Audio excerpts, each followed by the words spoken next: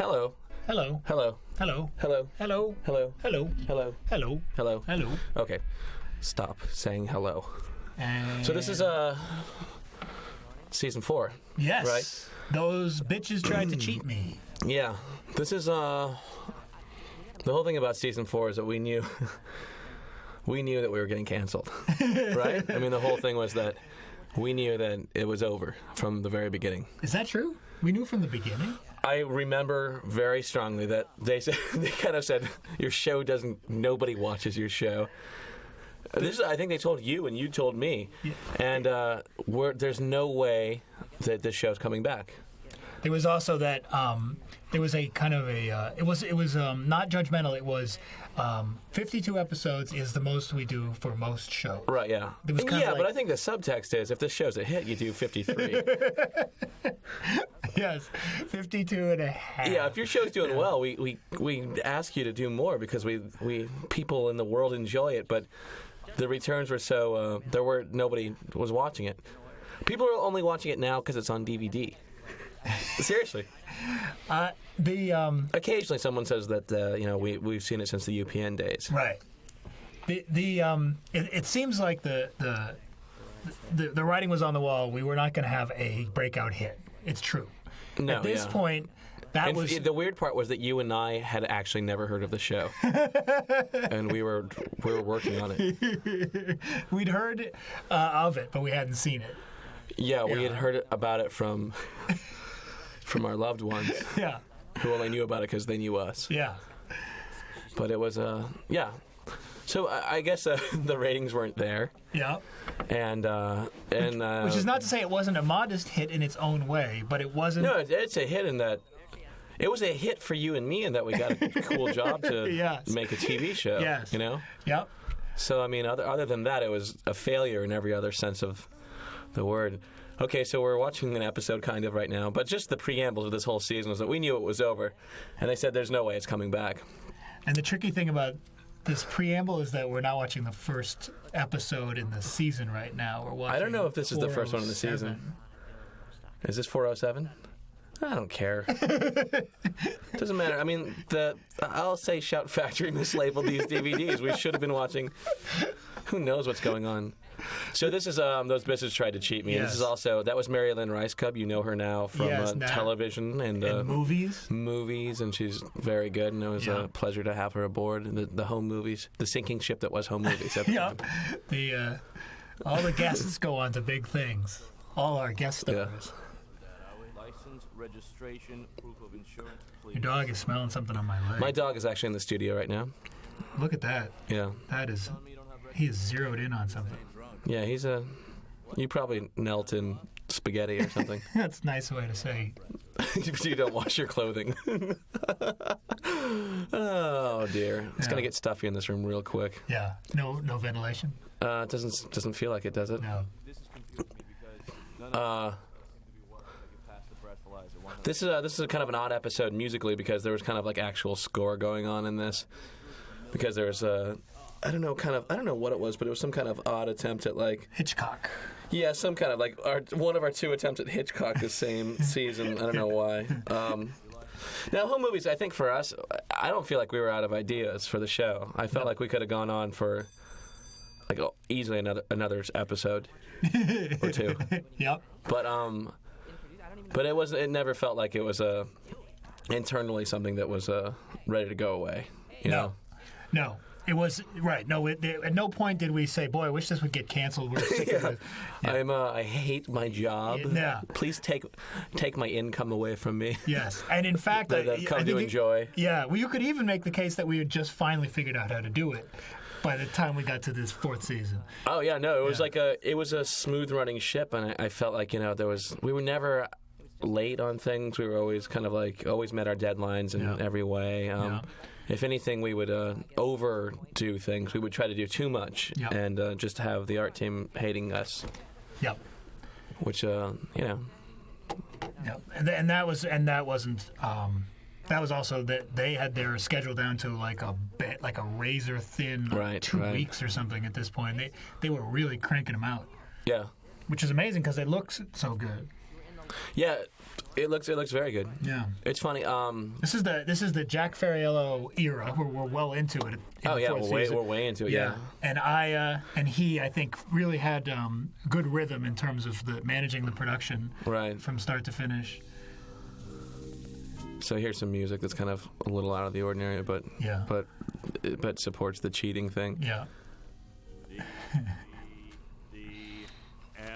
Of course, Ron Lynch. The great, and couldn't done it without him, Ron Lynch. Oh, you're telling me. You're telling me. I still, like, one of the main questions that I get asked, and I'm sure you do too. Why is there no squiggle vision still on this show? It's been canceled for almost 5 years, maybe. I don't know. And people still go, why is there no squiggle vision? Why? What was the decision? Yeah. And there is no answer that will ever satisfy people, I guess. Right. But I'll tell you one. It looks crappy. Squiggle vision, definitely a love it or hate it phenomenon. And many, many more people hated it than loved it. Yeah, it's weird. And then a lot of people really think the show just sucked without it. They're like, they lost the charm. Like, is that really charm? Is that charm? I think they're referring also to the just the style. You know, the show evolved slightly. It was a little more loose, I think, when we first did it. Yeah. So Squiggle vision combined with it being more... it's a little faster paced, yeah. I mean, like, just the... But I think that, you know, it's shades of difference. I never felt like the show fundamentally changed. No, absolutely not. No. I think McGurk is still McGurk, and Brendon and listen to Jason, they're exactly the same. I mean, they're... If anything, I think they aged about a year, between the first one. I think they were a little cute, you know, in the very first kind of 5 episodes. Yes. And dialed it back. And I think also there are a few people, and it's a really small audience, but there are people who responded to the slower pace that we used when we first started. And that was just an internal clock. We all had a slower paced kind of show in our bloodstream at that point. And you know, I kind of like that there are people that like that. Absolutely, yeah. I mean, but we did pick up the pace. Yeah, I mean, it's also, the cool thing about... Get in the car. We have to pretend like it's... It's very funny. I know. Now, where do you want to go? Drive me somewhere. I have to do the thing with the steering wheel. Yes. Put your hands up on the wheel. It's right there. Don't forget to check your mirror. I just completely lost my train of thought. I was thinking about the Peanuts the other day, just like... That's a show I want to watch. I haven't seen it in years, but I have this memory that show's got to be glacial. I mean, the Peanut specials. What does glacial mean? So slow, right? Right. I mean, am I wrong? I feel like if we watched The Great Pumpkin, Charlie Brown, or whatever, we would be like, wow, that's a slow pace. Oh no, the pace now that kind of animation and what is working on TV, the pace that dictates is a pace that I don't. I have to admit, I don't follow that pace. I'm more interested in letting things play a little bit, you know. It's really amazing to look, even, you know, and we're talking about just within home movies too. I mean, things are just speeding up. Yeah. Oh no, I mean, I won't name any shows, but I mean, there's shows that I think are nearly just the amount of jokes that they cram in and the amount of ones that land. I mean, I think that's been TV forever. Yeah. But I'm just not my cup of tea as far as comedy is concerned. No, mine neither. And yet it's hard to do a slow show. It takes real balls. Yeah. I'm more interested in in whatever future projects I'm doing is just throwing chaos back in and making it loud and sloppy and just rhythmic. I mean, the thing about home movies is that whether or not I think it was fast or slow paced, it went to some kind of natural rhythm that had to do with conversation. Yes. Right? Yes. Congratulations. I agree. Yeah, congratulations. I was thinking about naturalness. I was recording my extra last night, and I was thinking that's sort of the defining quality of the show in a way. And in some ways, I don't think, at least speaking for myself, I'll ever do anything as natural again. Right. Not just because I don't think it'll be possible.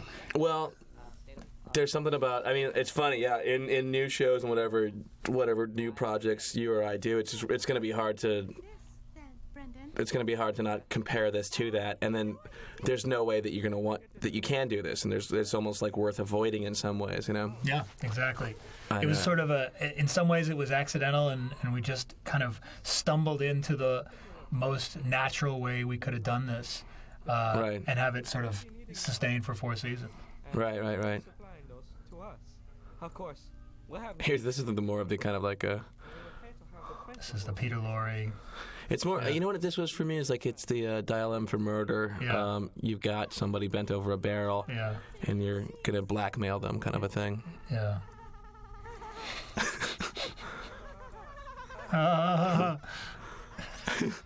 The truth is, I Okay, think a shut lot up. of those fake laughters would turn into real laughter. Yes. Like it turns into like an actual giggle fest. Yeah, right. The secret of Walter and Perry was that you guys had way too much fun doing it. Those voices, I mean, it's like a little vacation. if I had to listen to two people do that, I'd probably go as mad as everyone else when it was me and Benjamin doing Yeah. that. Wait, hold. Shh, here comes Melissa. She doesn't even know about the. Another thing is, I don't know if people are listening to some of these commentaries for the first time and not hearing other seasons. The other thing is like, what is the inspiration for Coach McGurk? And the answer is John Benjamin. Yeah. I think I was talking about that. I always wish I could. I can't take any credit for it. I mean, he came up with a character, then I learned how to write for it a little bit, you know? Popped out of his mouth almost whole Yeah. cloth. It was interesting listening back to that very first session. I listened to it to create that extra that I was Right, telling you right. about. And you guys landed so quickly in a Right. place where you were in conflict because it was a coach and because Brendon's a weakling or whatever, Right, also yeah. because of this mother thing. And at the same time, you guys appreciated each other, and in particular, the coach appreciated Brendon. Right. And that's what was like such a fine Yeah, and that was line. That was that's so also- well done. That's Benjamin, I think, yielding, like being very like strong and forceful, and then yielding at the certain right times, which makes a character kind of like have more than one dimension. That's right. You know? And There's that a was moment in that first scene when you guys are improvising, and you said something goofy. You were trying to make up your own position on the soccer team, and he said, "You're a weird kid, Brendon." Right, yeah. And you're like, "Thank you." And he said, "I like that. I like weird. I can do Right. weird. I can get into that. Yeah, Got a yeah, lot yeah. of weird kids on this team. I don't, Right, yeah, And yeah. he's like, in that one moment, I was trying to make a case last night anyway that. In that one moment, he set up the kind of foundation for the relationship. for the entire that you had. thing. Yeah, I mean, Maybe I shouldn't spell out the word question mark. yeah. It's I think also, I remember when I think you and I first met, and I think you were talking about the idea. I just remember you saying that UPN wants family shows. Yes. And I think that was like the last thing on my mind as far as what entertainment should be. It's a show for a family or Yes. about a family. Right, which turns out it's the Because- same thing. Yeah. That was another thing we didn't know going into this. They wanted family shows, and I think it was Tom Snyder who was like, by the way, it turns out that means it's a show about a family. Right. Which I always thought was so funny and It's a limited. show about a family. Families will only watch shows about families? Yeah. This ain't about me. What is this? Yeah. Yeah, This no. has nothing to do with No me. one's yeah. at my age in this show. Right. Which one am I supposed to identify with? The Gilmore Girls? Yeah. I don't know how to watch anything. Yeah. But I mean, within that, that's kind of like, that was almost the coolest thing in the world. It's almost better to go like, hey, a show can be anything, but Yeah. then to start from like this very kind of, confining area, which is like a classic, sitcom family, and then... Yeah. And for me, like for my money, I was into like weirdo sketch comedy that was like absurd or just like didn't have to end or begin or Right. just would like, and ended up that like home movies within the movies got to be both of those things. Yeah. And not necessarily conform to any kind of family show, even though it technically is. Yeah. And it's interesting, speaking of the coach and all that family stuff, how, I mean, we set out to do a show about a single mom. We knew we had Paula Poundstone, Right, and we knew it was sort of loosely based on the idea that she was a single mom. And so then we knew we had you. Right. So we were sort of adding these pieces, and the last piece was Coach McGurk. Right. And it was it was just a plot point for the first episode. We didn't Sure. know we were adding this like father figure or sort of bad father figure. Or a son figure, Yeah. whatever it is, yeah. And instead, we were just trying to, it was Holly Schlesinger who said, the worst thing can happen to a kid is his mom dates a teacher. Right. And then it was Tom Snyder who said, make him a soccer coach. And so John Benjamin was brought in to play this character, and it was then that we finally had the father, or the sort of right. that, And the whole thing that happened, whether or not we kind of knew it as the show was continuing, was that there was this kind of broken family. Right. In a lot of the, Melissa's from a broken family. Yeah. Brendon's from a broken family. Yeah. Jason, we were very vague about, and still will be for this commentary for the sake of this, to keep you guessing. But, and McGurk is this kind of, he looks like he's the size and shape of a father. Right. He's got a deep voice. Yeah. But he certainly is not, and he is parental, and like in a lot of ways. He's very kind of stands his ground in the right ways, but he's also shows his weak side a lot. And then there's Paula, who's kind of like every once in a while she will go out on a date and kind of like she's not really looking for anything. It turns out she's forcing herself to do these things. Yeah. And that's where this whole season is kind of like. Listen, I gotta get going. Don't forget. Brendon has, I guess, kind of basically started making these movies when his family broke apart, and he. In this whole season, kind of is starting to get jaded with films. Right. Like every single thing is kind of like is kind of him getting disenchanted even more with the idea and the process and all this stuff. And in the end of the season, you find out kind of that he doesn't need. He was doing it because he needed to, and now he doesn't need to. He just simply wants to. Right. Does that make sense? It's yeah. It was like the camera was this crutch to get over a divorce, and we'll talk more about that over the final episode. Right. That was when it was most. The subtext was most the text. Right. But I do think it's nice that throughout the whole series, both like you were saying, by accident and on purpose, especially in the later episodes, once it sort of became more obvious to us, it's nice that there was a reason for him being this sort of creative. Yeah, it wasn't just a premise that we came up with to do sketches within the show or something. It actually it was. But I mean, like things end up changing, and you end up finding meaning and stuff that you have no choice because you're thinking about it constantly to find some meaning and stuff. Yeah. And I don't think I could have pitched home movies when we were starting out. I can pitch it now as an idea with with a complete kind of story to it. This is one of my favorite scenes, by the way.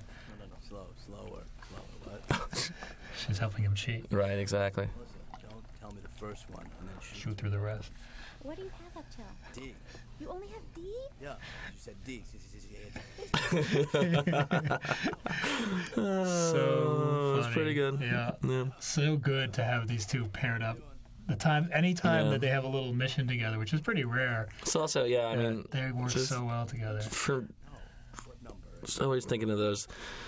It's just old Woody Allen or Sleep or whatever, and they're like stage whispering loudly and trying to like do something kind of deviant, and they're being so like cumbersome and like it's so obvious that they're doing something stupid, but it's always funny, Any old stupid movie, Yeah. When I said I had a friend so there's a lot of all of like home movies also, as far as like writing it was never like we never looked at TV. I think maybe like a little bit of Seinfeld as far as like getting multi-plots happening. Like this one, it's like we found this is kind a of lot thing. of plots in this one. Yeah, when we were intersecting things, but it was one theme. It was always cheating. So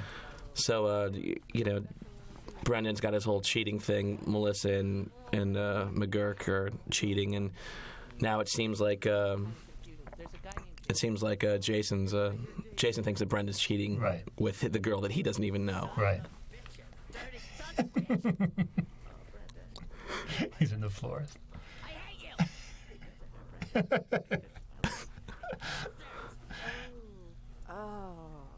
I've seen a lot of that guy in the past few weeks. I thought you hired him to follow me. No. See, he was doing that out of admiration for you. He was? She's a weird-looking character. Yeah. Cute. I'd stalk him. That's a great line. Let me put something together. Okay, sure. I gotta get going. Thanks, Brendon. No. Yeah. I like the back hair on this guy. It's funny. He's the lifeguard.